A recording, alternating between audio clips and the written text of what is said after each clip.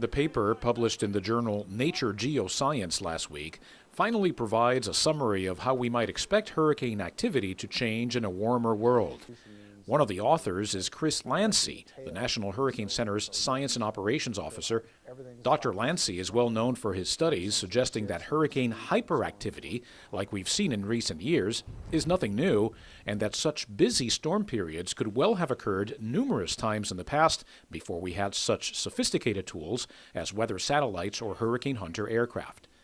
This paper includes Lancy's work and states that any past changes in tropical cyclone activity could well be part of a natural cycle. Going forward, however, the effects of climate change would be discernible, and the reviews are mixed. The numbers of storms may actually go down in the future by roughly 25%, and the intensity of hurricanes, that's how strong the winds are, may go up a few percent. We gave it a range of about 2 to 11% by the year 2100. Great!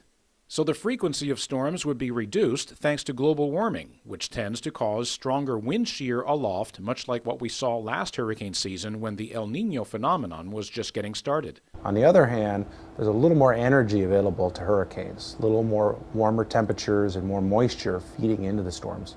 So what storms will occur may be slightly stronger because of that. Not so great. There's a chance we'll be seeing more of the major Category 4 and 5 hurricanes, the ones that can really wreak havoc when they strike land. Regardless of how many storms we see or how strong they are, there is one very sobering reality that points to staggering future losses from hurricane strikes. Everywhere from Texas to Florida to the Carolinas, we've seen massive population increases.